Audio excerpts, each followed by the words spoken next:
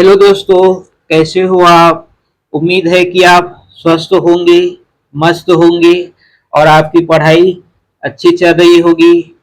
आज के इस लेक्चर में हम कवर करेंगे प्रश्नावली 2 के अत्यंत महत्वपूर्ण प्रश्न।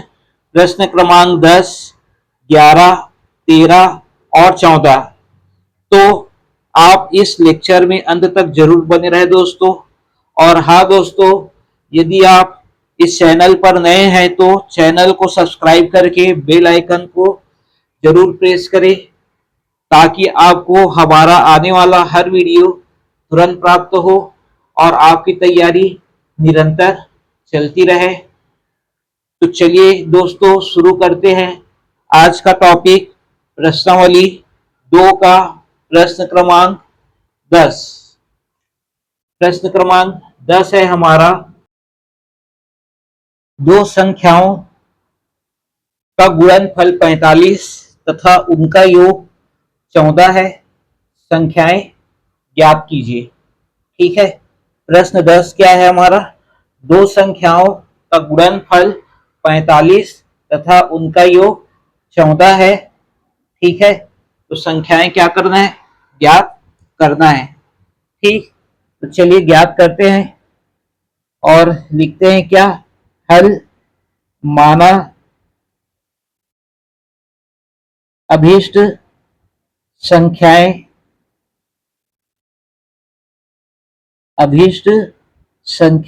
x व y है, x व y है।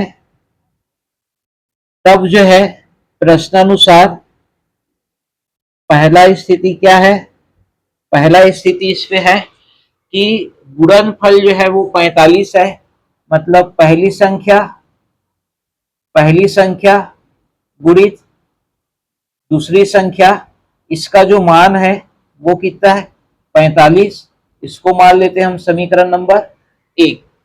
ठीक है, और दूसरा स्थिति क्या है हमारा, उनका योग 14 है। ठीक है, मतलब x धन y बराबर कितना है, 14। ठीक, ये हो गया आपका समीकरण नंबर 2। अब हमको इससे जो है इन दोनों समीकरणों को हल करके x और y का मान ज्ञात करना है। ठीक है, तो कैसे ज्ञात करेंगे, तो इसके लिए जो है हम जो है सबसे पहले x ऋण y का मान जो है ज्ञात कर लेते हैं। ठीक है, इसका मान ज्ञात कर लेते हैं, x ऋण y का मान जो है पहले ज्ञात कर लेते हैं। तो उसके लिए सूत्र क्या होता है, जो हम जानते हैं, क्या जानते हैं, हम जानते हैं कि क्या जानते हैं इस पे कि x ऋण y पूरे की घात 2 बराबर x धन y पूरे की घात 2 ऋण 4xy। इस सूत्र का प्रयोग कब किया जाता है, जब हमको x धन y और x इंटू वाई, x धन y और x गुणित y, ठीक है, इसका मान जो है पता हो और x ऋण y का मान जब हमको याद करना हो तो इस सूत्र का क्या करते हैं, प्रयोग करते हैं। ठीक है, चलिए इस पे जिसका भी मान हमको पता है उसका मान यहाँ पर रख देते हैं। तो x ऋण y का मान तो हमको ज्ञात करना है, तो ये आपका क्या रहेगा, ऐसे ही रहेगा। इसके बाद आता है आपका x धन y का मान कितना है, x धन y का मान है 14। तो यहाँ पर रख देते हैं क्या, 14 पूरे की घात 2 ऋण 4 और x गुणित y का मान कितना है, 45। ये रख देते हैं कितना, 45। ठीक है, इसके पश्चात जो है यहाँ पर आ जाएगा आपका x ऋण y पूरे की घात 2 बराबर 14 का वर्ग। 14 का वर्ग आपका होता है 196 और 45 गुणित 4 जब आप करेंगे तो आता है कितना, 180। क्योंकि 45 दूनी कितना होता है, 90 और 90 दूनी कितना होता है, 180। ठीक है, ये आ जाएगा अब आपका क्या, एक्स ऋण वाई पूरे का वर्ग बराबर 196 में 180 घटा देंगे तो आ जाएगा कितना, 16। ठीक है, कितना आएगा, 16 आएगा। ठीक, इसके बाद अगला पद इस पे आ जाएगा आपका क्या, एक्स ऋण वाई बराबर ये हो जाएगा आपका वर्गमूल 16। ठीक है, यहां से आपको मान क्या मिल जाएगा, एक्स ऋण वाई बराबर आ जाएगा कितना, 4, और ये हो जाएगा आपका क्या, समीकरण नंबर 3। ठीक है, अब देखिए समीकरण नंबर आपका जो 2 है, एक्स धन वाई बराबर कितना है, 14, और एक्स ऋण वाई बराबर कितना आ गया हमारा, 4। ठीक है, अब इन दोनों समीकरणों को लेकर हल करेंगे और एक्स और वाई का मान क्या करेंगे, ज्ञात करेंगे। ठीक है, तो चलिए ज्ञात करते हैं। इसके लिए क्या करेंगे, समीकरण समीकरण 2 और 3 को जो है जोड़ देते हैं। ये आपका जो 2 है, एक्स धन वाई बराबर 14 और एक्स ऋण वाई बराबर 4, इनको क्या कर देते हैं, जोड़ देते हैं। तो यहाँ लिखेंगे समीकरण 2 व 3 को क्या करने पर, जोड़ने पर। ठीक है, तो जोड़ देते हैं, यहाँ पर जोड़ेंगे तो क्या आ जाएगा हमारा, एक्स धन वाई बराबर कितना, 14 है। ठीक है, और एक्स ऋण वाई बराबर कितना है, 4 है। ठीक, तो अब इसको क्या करते हैं, जोड़ देते हैं। जोड़ेंगे, यहां पर लगाएंगे धन का चिन्ह, एक्स और एक्स दोनों धन के हैं, जुड़ जाएंगे। वाई जो है वो एक धन का और एक ऋण का है, कट जाएगा। यहाँ आ जाएगा आपका 2x बराबर 14 में 4 जुड़ेंगे, कितना आ जाएगा, 18। ठीक है, तो x बराबर कितना आ जाएगा, x बराबर आ जाएगा 18/2। ठीक है, और 2 मियाँ कितना होता है, 18। ठीक है, 2 मियाँ कितना होता है, 18। यहाँ पर x का मान कितना मिल जाएगा हमको, x का जो मान है वो प्राप्त हो जाएगा 9। ठीक है, क्या प्राप्त हो जाएगा, x बराबर प्राप्त हो जाएगा 9। ठीक है, अब इसके बाद जो है इस मान को या तो समीकरण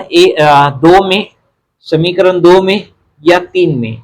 ठीक है, 2 आपका एक्स धन वाई बराबर 14 है और 3 आपका एक्स ऋण वाई बराबर 4 है। इन दोनों में से किसी एक समीकरण में क्या करते हैं, रख देते हैं। ठीक है, तो चलिए रखते हैं। यहां लिखेंगे क्या, समीकरण 2 में x बराबर 9 रखने पर, क्या रखने पर, 9 रख देंगे तो ये आ जाएगा आपका 9 धन y बराबर कितना है, 14। ठीक है, इतना ही था 14, तो y बराबर कितना आ जाएगा, y बराबर आ जाएगा आपका 14 ऋण 9। ठीक है, y बराबर 14 ऋण 9, तो y बराबर आ जाएगा आपका कितना, 5। ठीक है, तो अतः अभीष्ट संख्याएं क्या हो जाएंगी, 9 व 5 होगी, 9 व 5 होगी। ठीक है, तो इस तरह से जो है इस प्रश्न को हल करना था और ये है हमारा आंसर। ठीक है, तो इस तरह से क्या करना था, इस प्रश्न को हल करना था। इसके पश्चात हम देखते हैं प्रश्न क्रमांक 11। तो चलिए देखते हैं प्रश्न क्रमांक 11।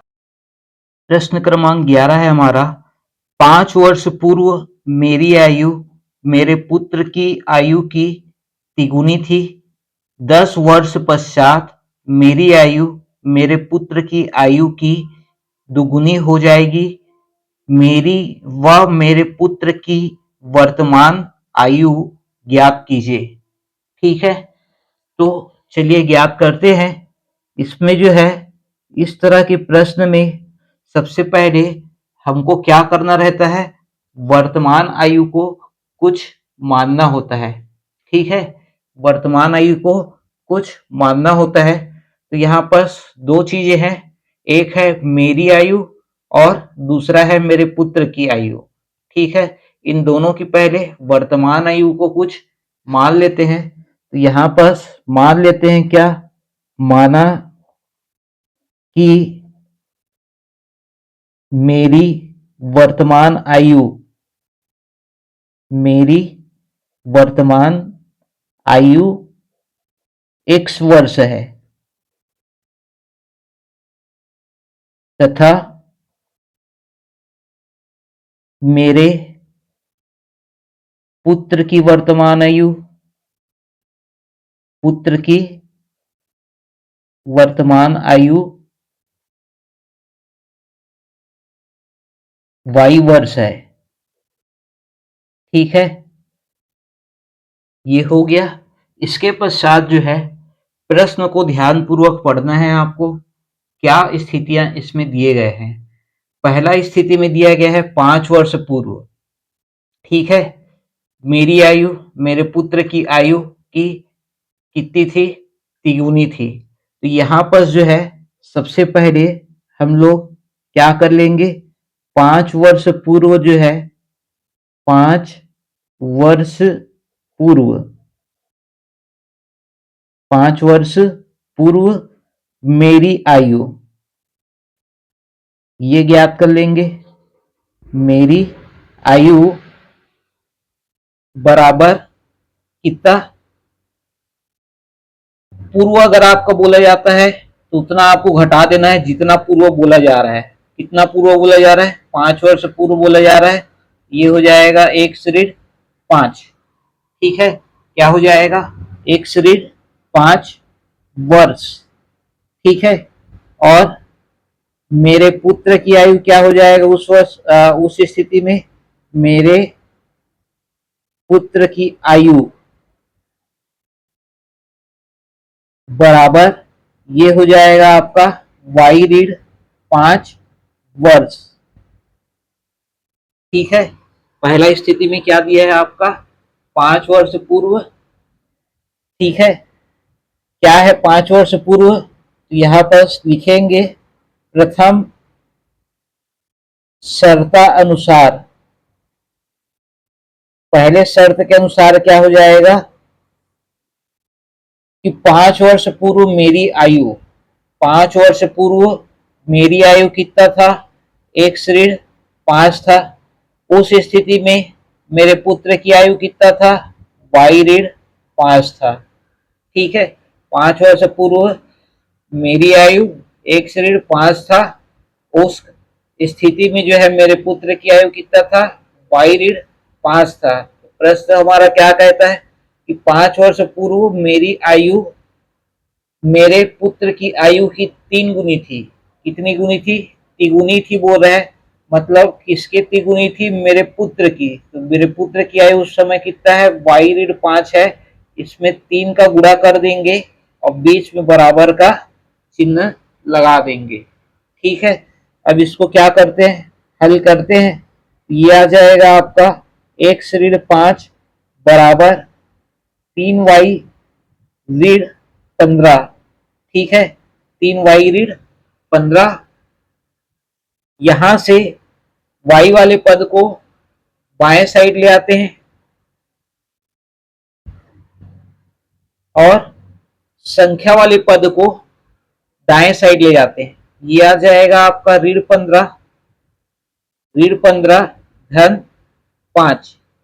ठीक है, ऋण 15 धन 5, ये आपका हो जाएगा। ठीक, इसके आगे क्या आएगा, चलिए देखते हैं। अगला पद आएगा हमारा x/3y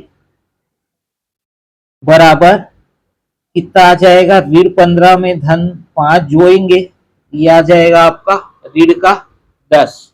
ठीक है, ये हो जाएगा हमारा पहला समीकरण। क्या हो जाएगा? पहला समीकरण। अब दूसरा शर्त क्या कहता है? दूसरा शर्त जो है, दूसरा कंडीशन हमारा इस पे दिया है 10 वर्ष पश्चात। तो वो स्थिति पहले निकाल लेते हैं, उसके बाद प्रश्न में आएंगे। तो 10 वर्ष पश्चात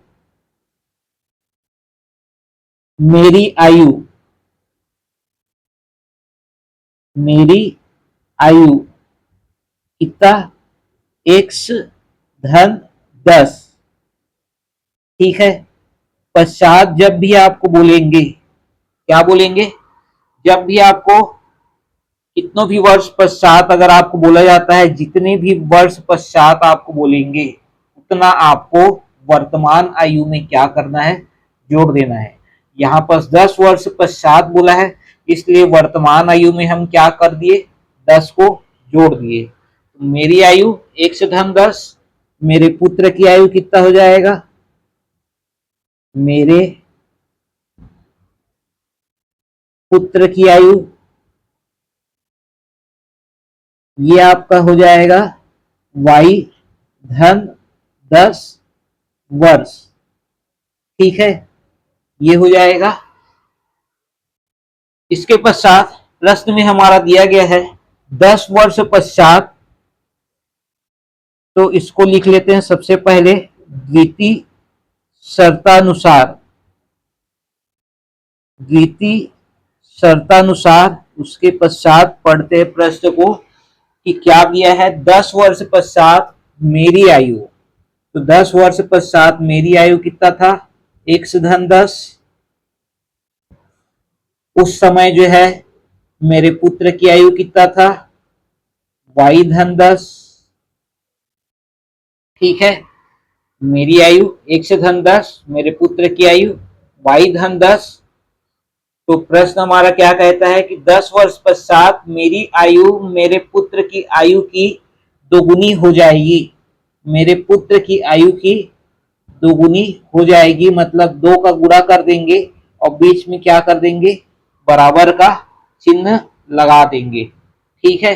इसके पश्चात इसको हल करते हैं। ये आ जाएगा आपका x धन 10 बराबर 2y धन 20। ठीक है। अब इसमें y वाले पद को बाएं तरफ ले आते हैं। ये आ जाएगा आपका क्या? ये आ जाएगा आपका x ऋण 2y बराबर 20। यहाँ ब्रैकेट को हटा देते हैं। ठीक है, ब्रैकेट नहीं लगाना है। 10 जो है वो पक्षांतर करेंगे, ये आ जाएगा आपका 20 ऋण 10 हो जाएगा। ठीक है, क्या हो जाएगा? 20 ऋण 10 हो जाएगा। तो इसको हल करने पर हमारा मान क्या मिलेगा? x ऋण 2y बराबर धन का 10। ठीक है, क्या मिलेगा? धन का 10। ठीक, इसको मान लेते हैं हम क्या? समीकरण नंबर 2। समीकरण 1 हमारा क्या मिला है? 1 से धन 3y, सॉरी 1 से ऋण 3y बराबर ऋण का 10। और दूसरा समीकरण हमारा क्या मिला है? x ऋण 2y बराबर धन का 10। ठीक है, इस पे x का गुणांक बराबर है और दोनों का चिन्ह भी बराबर है। तो क्या करते हैं? समीकरण 1 में 2 को घटा देते हैं। ठीक है, समीकरण 1 में 2 को घटा देते हैं। तो चलिए लिखते हैं समीकरण 1 में से समीकरण 2 को घटाने पर, तो घटाएंगे तो सबसे पहले लिखेंगे कौन से समीकरण को? पहले समीकरण को, जो है हमारा x ऋण 3y बराबर ऋण का 10। और दूसरा समीकरण है x ऋण 2y बराबर धन का 10। ठीक है, और यहाँ पर घटाएंगे तो क्या होता है? घटाएंगे तो चिन्ह बदल जाता है, ये ऋण का हो जाएगा और ये आ जाएगा आपका धन का और ये हो जाएगा आपका ऋण का। तो x वाला पद कट जाएगा, ऋण का 3y धन का 2y बराबर क्या आ जाएगा, ऋण का y, ठीक है, बराबर ऋण 10 में ऋण 10, मतलब ऋण 10 में जो है वो 10 और घटा देंगे, मतलब ऋण 10 क्या हो जाएगा, ऋण का 20, क्या हो जाएगा, ऋण का 20 हो जाएगा, ठीक है। तो y बराबर हमारा क्या मान मिल जाएगा, ऋण से ऋण कट जाएगा, तो यहां पर हमारा मान प्राप्त होगा क्या, y बराबर 20, ठीक है। अब इस मान को हम कहाँ रखेंगे, इस मान को हम रख देते हैं समीकरण नंबर 1 में, ठीक है। तो चलिए रख देते हैं समीकरण 1 में y बराबर 20 रखने पर y बराबर क्या कर देंगे, 20 रख देंगे, तो ये आ जाएगा हमारा पहला समीकरण, यही है x ऋण 3y, इसी में आपको y के स्थान पर क्या रखना है, 20 रखना है, तो रख देते हैं, ये आ जाएगा x ऋण 3 गुणित 20 बराबर ऋण का 10, ठीक है। तब की स्थिति में हमारा क्या मान मिलेगा, ये आ जाएगा x ऋण 60 बराबर ऋण का 10, ठीक है। अगला पद क्या आएगा, चलिए देखते हैं,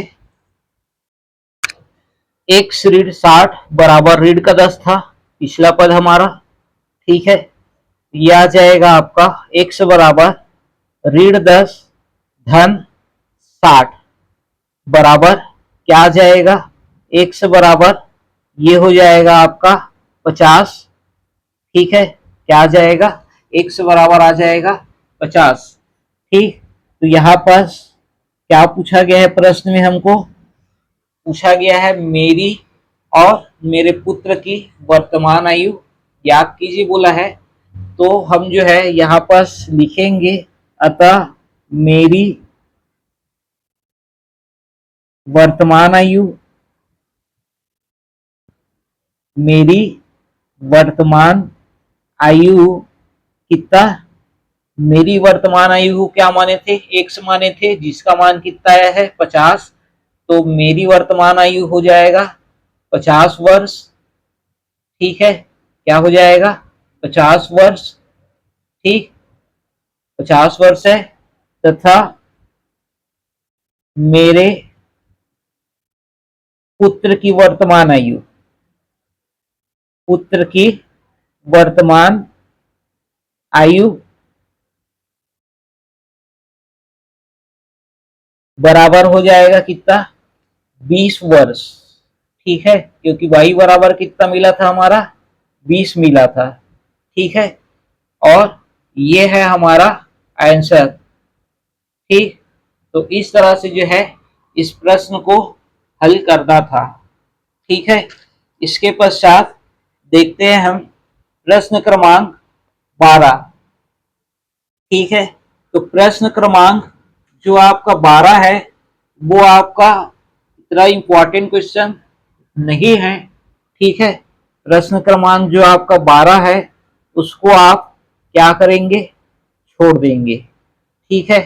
ये अभी तक जो है पिछले 10 वर्षों में अभी तक जो है इस प्रश्न के नहीं पूछा गया है, इस प्रश्न को अभी तक नहीं पूछा गया है और ना ही पूछे जाने की संभावना है, इसलिए इस प्रश्न को क्या करेंगे, रहने देंगे, ठीक है। हम देखते हैं अगला प्रश्न, प्रश्न क्रमांक 13, ठीक है। तो चलिए देखते हैं प्रश्न क्रमांक 13, प्रश्न क्रमांक 13 है, एक विद्यालय के 2 कमरों ए तथा बी में कुछ विद्यार्थी बैठे हैं, जब ए से 10 विद्यार्थी बी में भेज दिए जाते हैं तो दोनों कमरों में विद्यार्थियों की संख्या समान हो जाती है, और जब 20 विद्यार्थी बी से ए में भेज दिए जाते हैं तब ए के विद्यार्थियों की संख्या बी से दुगुनी हो जाती है, प्रत्येक कमरे में विद्यार्थियों की संख्या ज्ञात कीजिए। ठीक है, दो कमरे हैं ए और बी।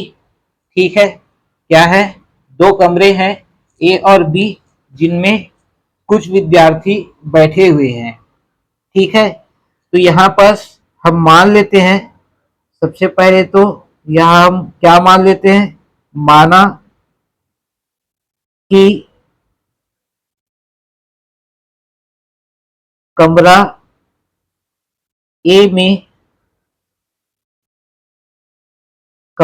ए में जो है वो विद्यार्थियों की संख्या, कमरा ए है उसमें विद्यार्थियों की संख्या क्या है, एक्स है। क्या है, एक्स है। ठीक है, तथा कमरा बी में, कमरा बी में विद्यार्थियों की संख्या, विद्यार्थियों की संख्या कितनी है, वाई है। कितनी है, वाई है। ठीक, तब जो है इस पे जो है पहला स्थिति हम देखते हैं, प्रथम शर्तानुसार, प्रथम शर्त के अनुसार जो है वो क्या आएगा, प्रथम शर्तानुसार क्या है कंडीशन। पहले शर्त में जो है क्या बोला जा रहा है कि जब ए से 10 विद्यार्थी बी में भेज दिए जाते हैं। ठीक है, सबसे पहले तो यहाँ पर हम लिख लेते हैं कि कमरा ए में जो है कितने विद्यार्थी हैं, एक्स है। ठीक है, वाई में कितने विद्यार्थी है, सॉरी बी में कितने विद्यार्थी हैं, वाई है। ठीक, क्या बोला जा रहा है, ए से 10 विद्यार्थी बी में भेज दिए जाते हैं, तो ए से भेज रहे हैं तो ए में 10 कम कर दीजिए। ठीक है, और बी वाले में 10 जोड़ दीजिए, क्योंकि इस पे जो है वो 10 कम हो जाएगा और जिसमें जाएगा उसमें 10 बढ़ जाएगा। ठीक है, तो ये इस पे क्या हो जाएगा, 10 की वृद्धि हो जाएगी। ठीक, इस वाले में बी में जो है वो 10 की वृद्धि हो जाएगी, ए वाले में 10 की कमी हो जाएगी। ठीक, भेज दिए जाते हैं तो दोनों कमरों में विद्यार्थियों की संख्या समान हो जाती है। दोनों जो कमरे हैं उसमें विद्यार्थियों की संख्या क्या हो जाती है, समान हो जाती है। मतलब बीच में क्या लगा देंगे, बराबर का चिन्ह लगा देंगे। ठीक है, तो यहाँ पर अब क्या करेंगे, y को ले आते हैं हम बाएं पक्ष में, तो y जो है इधर अभी क्या है, धनात्मक है, बाएं पक्ष में आएगा तो किस पे बदल जाएगा, ऋणात्मक में हो जाएगा। उसके पश्चात ऋण 10 को दाएं साइड ले जाते हैं, ये आपका बदल जाएगा किस पे, धन में बदल जाएगा। किस पे बदल जाएगा, धन में बदल जाएगा। इसके पश्चात जो है अगला पद हमारा क्या आएगा, चलिए देखते हैं। अगला पद हमारा आ जाएगा x ऋण y बराबर 20। ठीक है, ये हो जाएगा आपका समीकरण नंबर 1। ठीक, इसके बाद आता है दूसरा शर्त अनुसार, देखते हैं कि क्या आता है, द्वितीय शर्तानुसार। ठीक है, द्वितीय शर्तानुसार इसमें भी पहले लिख लेते हैं कि ए में जो है विद्यार्थियों की संख्या कितना है, एक्स है। ठीक है, और कमरा बी में जो है वो विद्यार्थियों की संख्या कितना है, वाई है। ठीक, कमरा बी में जो है विद्यार्थियों की संख्या कितना है, वो है आपका वाई। ठीक, इस पे हमको बोला जा रहा है, क्या बोला जा रहा है दूसरा कंडीशन में, कि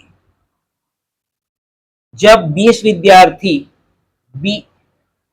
20 जो विद्यार्थी हैं वो बी से मतलब y वाले से इसमें भेज रहे हैं x वाले में, ठीक है। तो इस पे क्या हो जाएंगे, जुड़ जाएंगे, और इसमें क्या हो जाएंगे, उतने घट जाएंगे, ठीक है। 20 विद्यार्थी बी से ए में भेजे हैं, ये वाला आपका बी है, ये वाला आपका क्या है, ए है। तो इस पे जो है उतना कम हो जाएगा जितना भेजेंगे। कितना भेज रहे हैं, 20 भेज रहे हैं, 20 इस पे कम कर देंगे और 20 इस पे बढ़ा देंगे, ठीक है। तब क्या हो जाता है बोल रहे हैं, तब ए के विद्यार्थियों की संख्या बी से दोगुनी हो जाती है। ए के विद्यार्थियों की संख्या बी की दोगुनी हो जाती है, मतलब इस पे जो है हम क्या कर देंगे, 2 का गुणा कर देंगे। क्या करेंगे, 2 का गुणा कर देंगे बी वाले में। ऐसे ही आपको पता चल जा रहा है इसमें 20 जो है वो ज्यादा हो गए, मतलब इधर वाला मान ज्यादा होगा इधर वाले से, इधर वाले से, ठीक है। और इधर वाला मान क्या होगा, कम होगा, ठीक है। और कम होगा तो इसमें 2 का गुणा करेंगे, कम वाले में 2 का गुणा करेंगे, तब वो ज्यादा वाले के क्या होगा, बराबर आएगा, ठीक है। तो इस तरह से यहाँ पर गलती आपको नहीं करनी है। अधिकांश गलतियां यहीं पर होती है। 2 का इधर आप पूरा कर देंगे तो पूरा प्रश्न क्या हो जाएगा, गलत हो जाएगा, ठीक है। तो चलिए अब इसको हल करते हैं। ये आपका आ जाएगा x धन 20 बराबर 2y ऋण 40, ठीक है। 2y ऋण 40, y वाले पद को किधर ले आते हैं, y वाले पद को ले आते हैं हम बाएं साइड, ये हो जाएगा 2y बराबर 20 को ले आते हैं दाएं साइड, ये हो जाएगा आपका ऋण का 20, ठीक है। ऋण का क्या हो जाएगा 20। इसके पश्चात जो है ये आ जाएगा आपका x ऋण 2y बराबर ऋण का 60, और ये समीकरण नंबर 2, ठीक है। क्या हो जाएगा, समीकरण नंबर 2 हो जाएगा। इसके पश्चात समीकरण 1 को देखिए और समीकरण 2 को देखिए, दोनों में जो है x का गुणांक समान है, चिन्ह भी समान है। तो क्या करेंगे, समीकरण 1 में 2 को घटा देते हैं, ठीक है। तो यहाँ लिखते हैं क्या, समीकरण 1 में से, समीकरण 1 में से समीकरण 2 को घटाने पर, ठीक है। समीकरण 2 को क्या करेंगे, घटा देंगे। ये आ जाएगा आपका x ऋण y बराबर धन का 20, और दूसरा समीकरण है हमारा x ऋण 2y बराबर ऋण का 60, ठीक है। तो इसको घटाते हैं तो क्या होता है, चिन्ह बदल जाता है। ये आएगा ऋण का, ये हो जाएगा धन का, ये आपका हो जाएगा धन का। ये वाला x वाला पद कट जाएगा, धन का 2y हो गया, ऋण का y, तो आ जाएगा आपका धन का y बराबर 20 धन 60 बराबर हो जाएगा कितना, 80। कितना हो जाएगा, 80, ठीक है। अब इस मान को जो है इसमें रखेंगे, समीकरण नंबर 1 में रख देंगे। तो चलिए रखते हैं।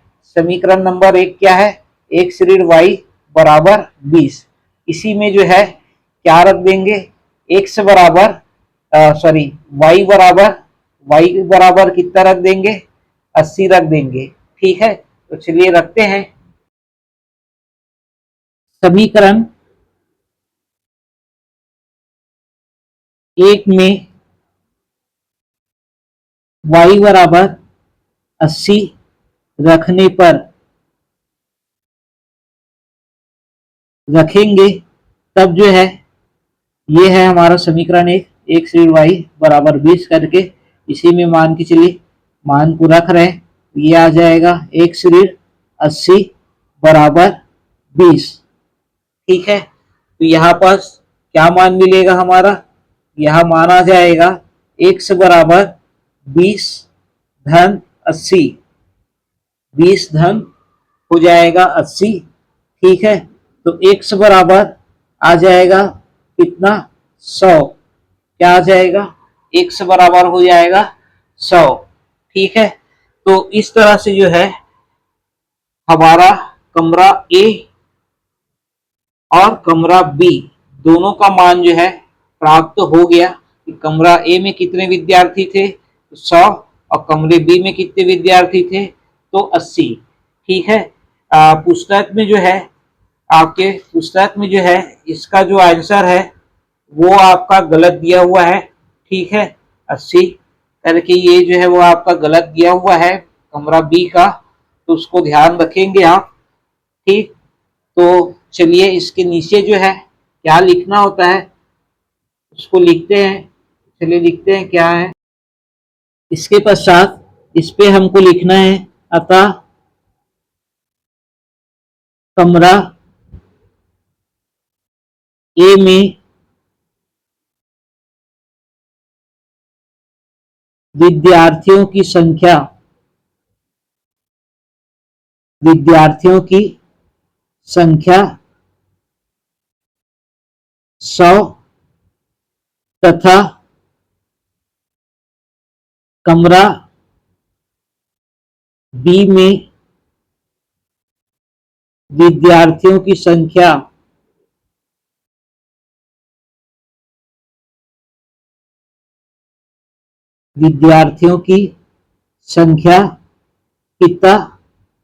80 होगी।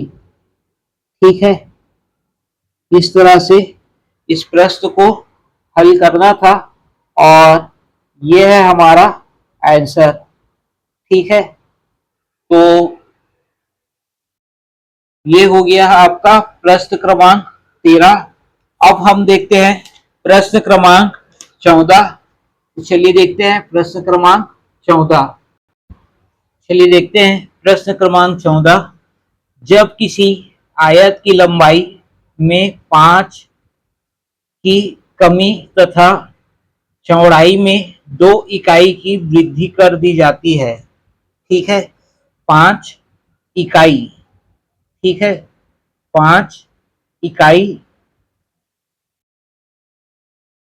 5 इकाई की कमी तथा चौड़ाई में जो है 2 इकाई की वृद्धि कर दी जाती है, तब उसका क्षेत्रफल 80 वर्ग इकाई कम हो जाता है। जब उसकी लंबाई में 10 इकाई की वृद्धि और चौड़ाई में 5 इकाई की कमी कर दी जाती है, तो आयत का क्षेत्रफल 50 वर्ग इकाई बढ़ जाता है।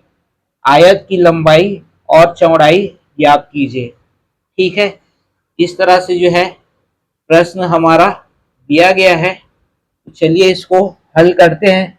क्या ज्ञात करना है, आयत की लंबाई और चौड़ाई हमको ज्ञात करना है। यहाँ पर मान लेते हैं, माना आयत की लंबाई, आयत की लंबाई x इकाई, x इकाई तथा चौड़ाई y इकाई, y इकाई है।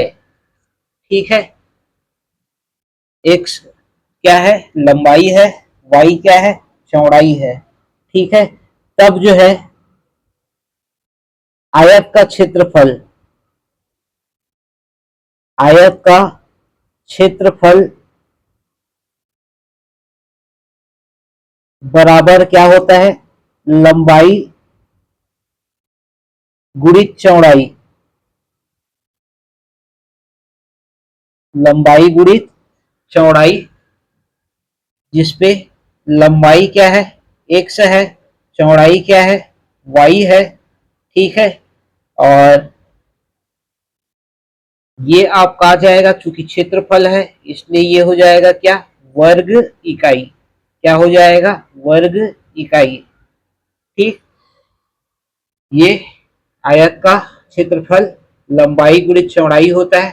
लंबाई का मान x है, चौड़ाई का मान y है, तो x इंटू वाई वर्ग इकाई। अब आते हैं पहले शर्त में, ठीक है, पहले शर्त में आते हैं और तो यहाँ पर लिखते हैं पहले प्रथम शर्तानुसार,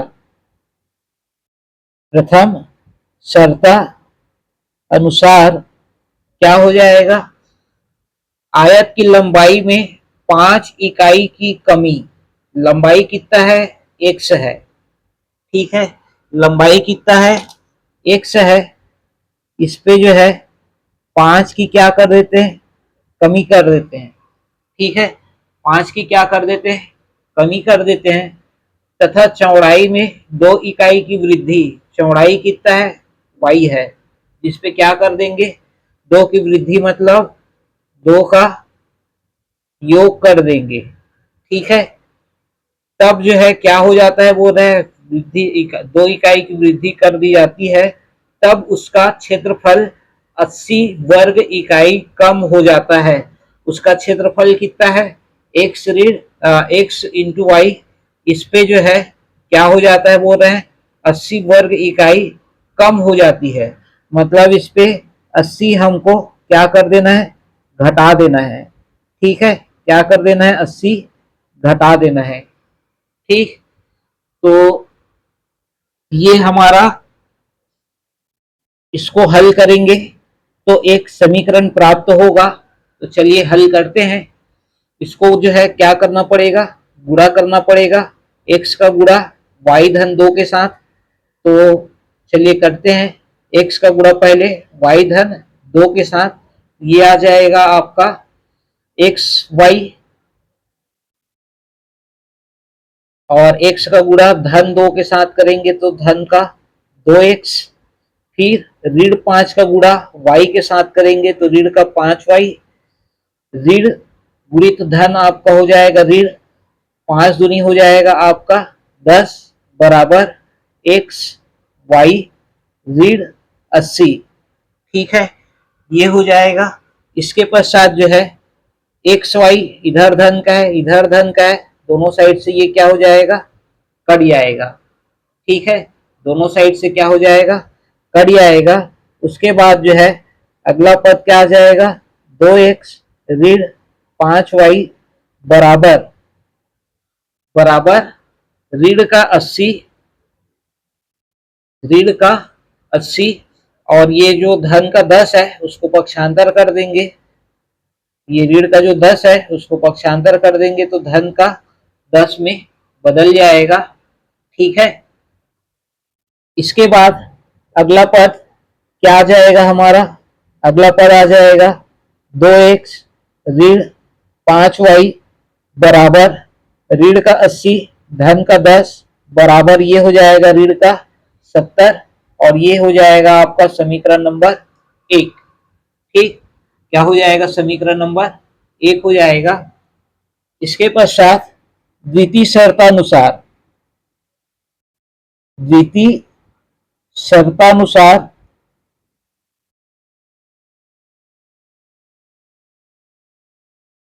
दूसरे शर्त में क्या बोला जा रहा है, दूसरे शर्त में हमारा बोला जा रहा है क्या, कि जब उसकी लंबाई में 10 इकाई की वृद्धि, लंबाई क्या है x है, इसमें क्या बोला जा रहा है 10 की वृद्धि, ठीक है, 10 जोड़ देते हैं लंबाई में, और चौड़ाई में 5 इकाई की कमी, चौड़ाई में, चौड़ाई क्या है y है, इस पे क्या करने के लिए बोल रहा है 5 इकाई की कमी, ठीक है, तब जो है क्षेत्रफल जो है 50 वर्ग इकाई बढ़ जाता है बोल रहा है। तो क्षेत्रफल कितना है एक्स वाई है, इस पे जो है 50 वर्ग इकाई बढ़ जाता है बोल रहा है, मतलब 50 जोड़ देंगे, ठीक है। एक बार और देखते हैं, लंबाई में 10 की वृद्धि बोला है तो 10 जोड़े हैं, चौड़ाई में 5 की कमी बोला है तो घटाए हैं, ठीक है, तब जो है उसके क्षेत्रफल में 50 की वृद्धि हो जाती है बोल रहे हैं, तो क्षेत्रफल क्या है x गुणित y है, उसमें 50 जोड़े हैं, ठीक है। और ये जो है आपस में क्या है, बराबर है। ठीक, तो चलिए इसको हल करते हैं। x का गुणा एक y ऋण 5 के साथ करते हैं, ये आ जाएगा एक्स वाई ऋण 5x धन का 10y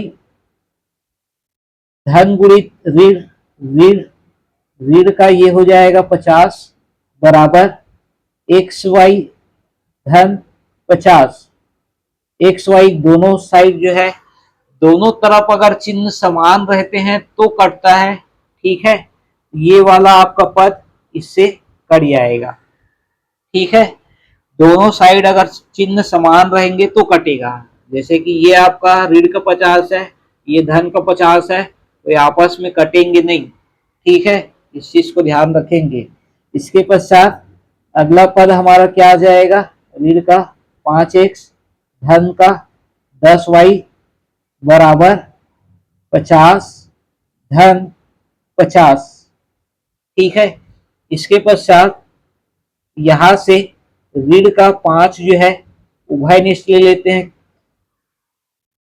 तो ये आ जाएगा आपका x और ये हो जाएगा ऋण 2y बराबर 50 धन 50 हो जाएगा आपका क्या, 100।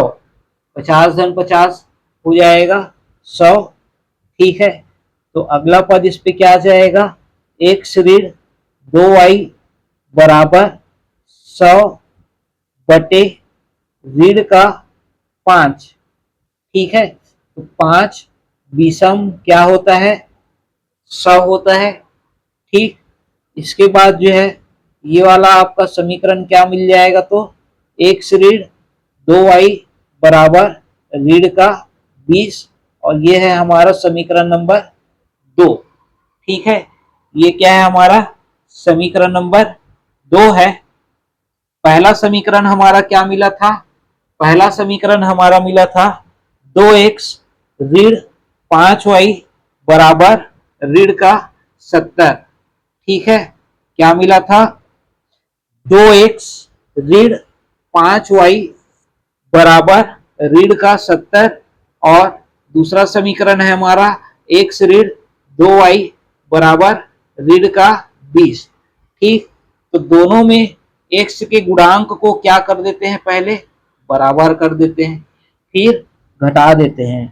ठीक है, तो पहले वाले समीकरण में 2 है x का गुणांक और दूसरे वाले में 1 है, तो यहां पर क्या करेंगे, यहां पर हम करते हैं समीकरण 2 में 2 का गुणा करके 2 का गुणा करके समीकरण 1 को घटाने पर, 1 को क्या करेंगे, घटाएंगे, तो लिखेंगे यहां पर क्या, घटाने पर, तो ये आपका समीकरण हो जाएगा क्या, 2x ऋण 4y बराबर ऋण का 40। क्या हो जाएगा, ऋण का 40। दूसरा समीकरण 2x 2x ऋण 5y बराबर था ऋण का 70। ठीक है, अब इस पे हम क्या कर रहे हैं, घटा रहे हैं, तो घटा रहे हैं तो क्या हो जाएगा, चिन्ह बदल जाएगा, ये हो जाएगा ऋण का, ये आ जाएगा धन का और ये भी हो जाएगा आपका धन का, ये वाला पद कट जाएगा। ठीक है, और यहाँ पर आपका धन का 5y ऋण का 4y बराबर आ जाएगा y बराबर धन का 70 ऋण का 40 बराबर हो जाएगा धन का 30। धन का क्या आ जाएगा, 30 आ जाएगा। ठीक है, तो इस तरह से जो है y का मान हमको प्राप्त हो गया। अब जो है इस y के मान को किसमें रखेंगे, समीकरण नंबर 1 में रख देते हैं। तो चलिए रखते हैं समीकरण 1 में y बराबर 30। समीकरण 1 में y बराबर 30 रखने पर क्या हो जाएगा, समीकरण एक हमारा, ये नीचे वाला समीकरण समीकरण एक है, ठीक है। इसी में हमको y बराबर क्या रखना है, 30 रखना है, तो रख देते हैं यहाँ पर। ये आ जाएगा आपका 2x ऋण 5 गुणित 30 बराबर 2x ऋण 150 बराबर ऋण का 70, ठीक है। ये हो जाएगा।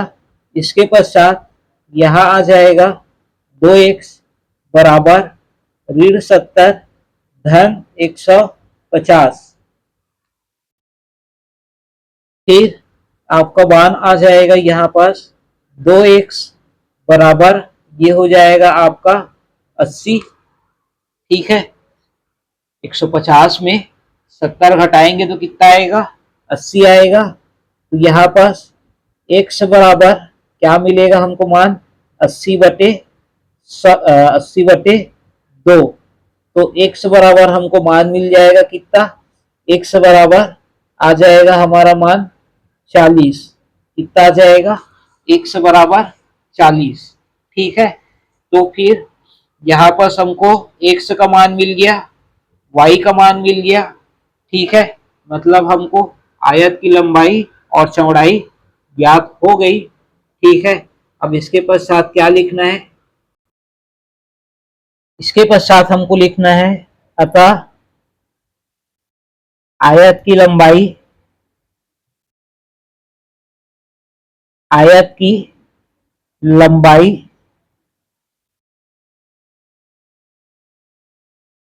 कितना, ये है आपका 40 इकाई तथा चौड़ाई, चौड़ाई कितना है 30 इकाई होगी, ठीक है। और इस तरह से ये हो जाएगा आपका आंसर, ठीक। आयत की जो है लंबाई 40 इकाई और चौड़ाई 30 इकाई होगी, ठीक। तो इस तरह से जो है प्रश्नों को हल करना था,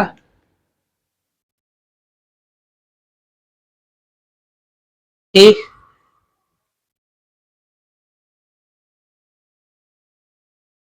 तो आपको आज का हमारा यह लेक्चर कैसा लगा दोस्तों। यदि आपको यह लेक्चर पसंद आया तो वीडियो को ज़्यादा से ज़्यादा लाइक व शेयर जरूर कीजिएगा दोस्तों, क्योंकि आपका एक लाइक हमको बहुत मोटिवेशन देता है और हम ज़्यादा अच्छे से वीडियो बना पाते हैं, ठीक है। इसलिए दोस्तों जितना ज़्यादा से ज़्यादा हो सके लाइक कीजिए और अपने दोस्तों के साथ शेयर कीजिए। थैंक यू दोस्तों।